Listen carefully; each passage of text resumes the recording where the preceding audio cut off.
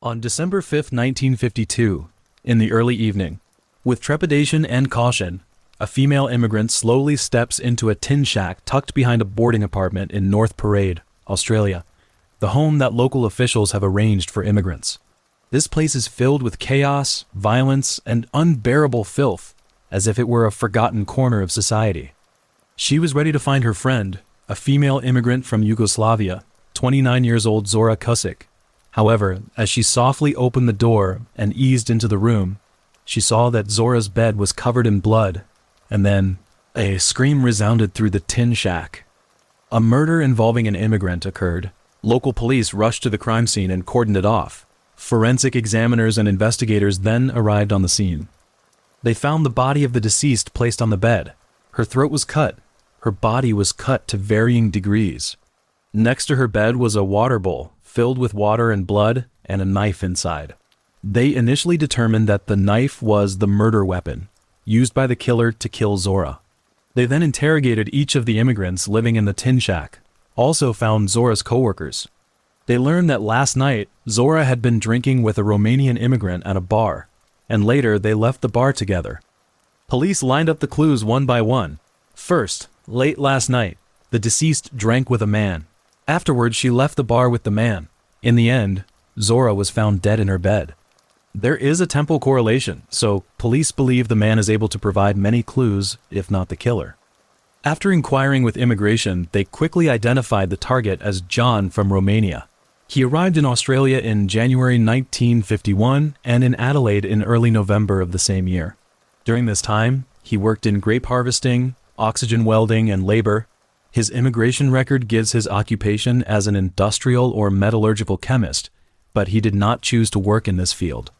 Later, John meets a divorced woman named Thelma Cad. She is the owner of a place called the Sunshine Café.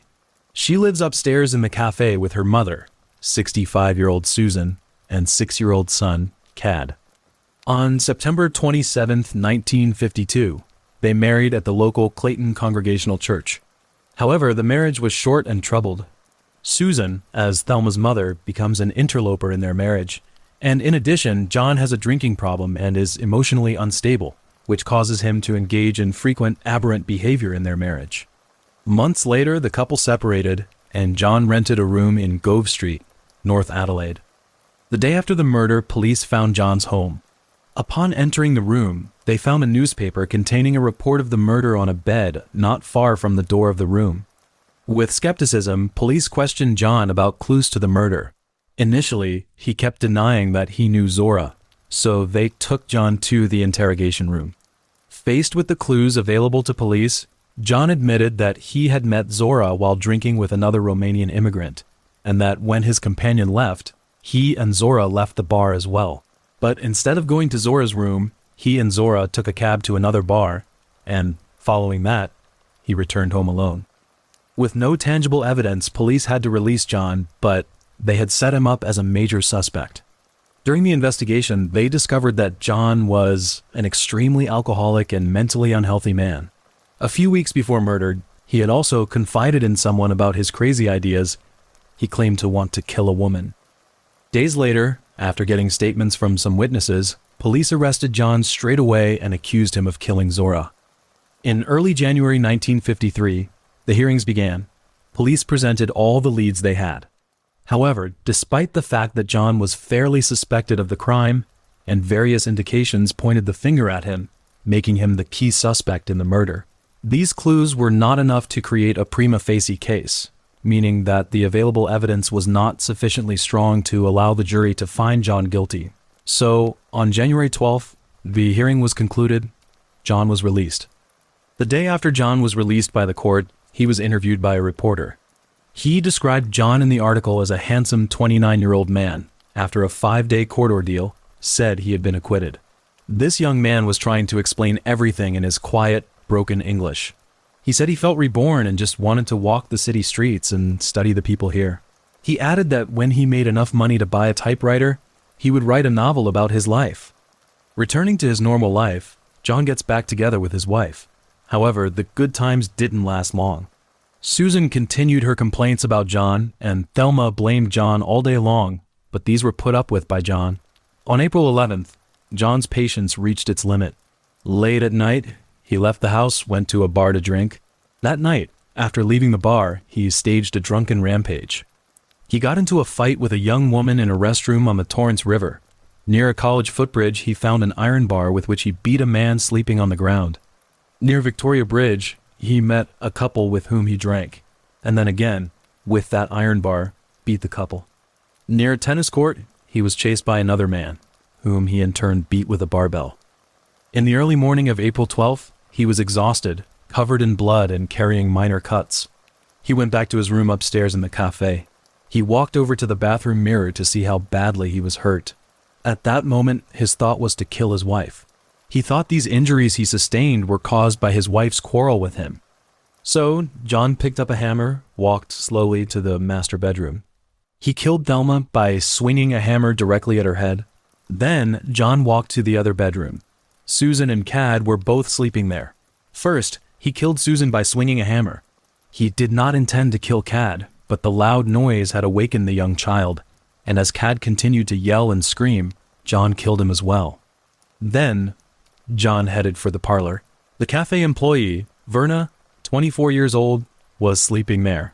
Verna was woken up by Cad yelling. In a sleepy haze, she saw a figure standing in front of her bed. John didn't say anything, he just thought, like he was thinking about the reasons why he had to kill Verna. However, the thought of killing was only fleeting. He immediately swung his hammer and began attacking Verna. At that moment, Verna reacted as well. She raised her arms in an attempt to protect herself. During the fight, John spoke up and said, "I killed my wife. Do you want to see her?" Coincidentally, Susan's room rattles, and he's surprised to say that there's someone alive in there.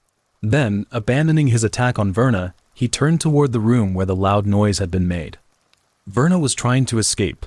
She turned around and jumped out the window. She was in her pajamas, covered in blood, and her face was exaggeratedly deformed. Luckily, several men heard her cries for help. They called the police and an ambulance. A few minutes later, police arrived on the scene. Upon seeing the police, John climbed from the bathroom window to the roof.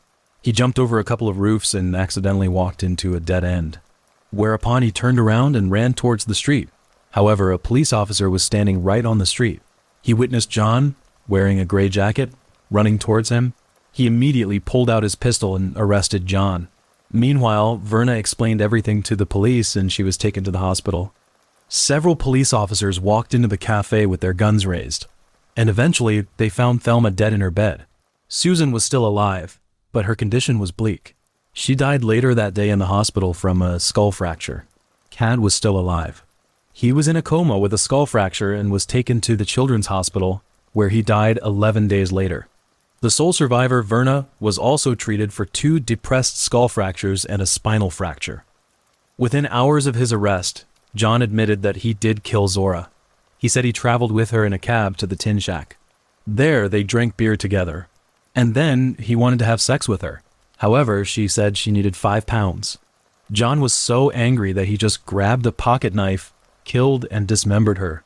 Finally, he washed his hands in a water bowl and left the knife in it. John claimed, "Because she asked me for money, so I refused her and killed her." During an interrogation, he also revealed a murder that had taken place in Paris.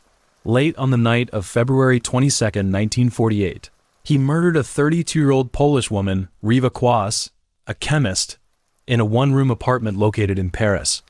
John claimed that he murdered her because she would not have sex with him, so he strangled her, adding, "I didn't have any intention of killing her, but I had a feeling that I had to kill her." In order to escape from his pursuers, he traveled to Australia.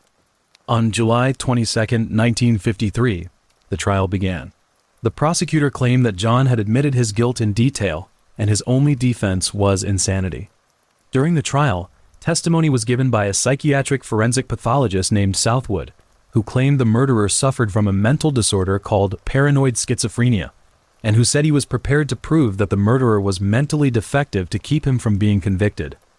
The next day, a psychiatrist went against what Southwood had said, saying the murderer was a psychopathic personality that couldn't be proven. He said John wasn't insane, mentally disturbed, or defective, but that because of his personality or character, he was unwilling or unable to fit into society's normal standards. He also said that, based on all the evidence, John had decided that there was a sexual basis for much of his life, including his crimes. On July 29th, the last day of the trial, the jury returned a verdict of guilty. When asked if he wished to make a statement before the sentence was passed, John said, "I want to obey the rules, and I think I am not guilty." The judge then sentenced him to be hanged, and the date of execution was set for August 26th. The week before his execution, John even attacked a prison warden.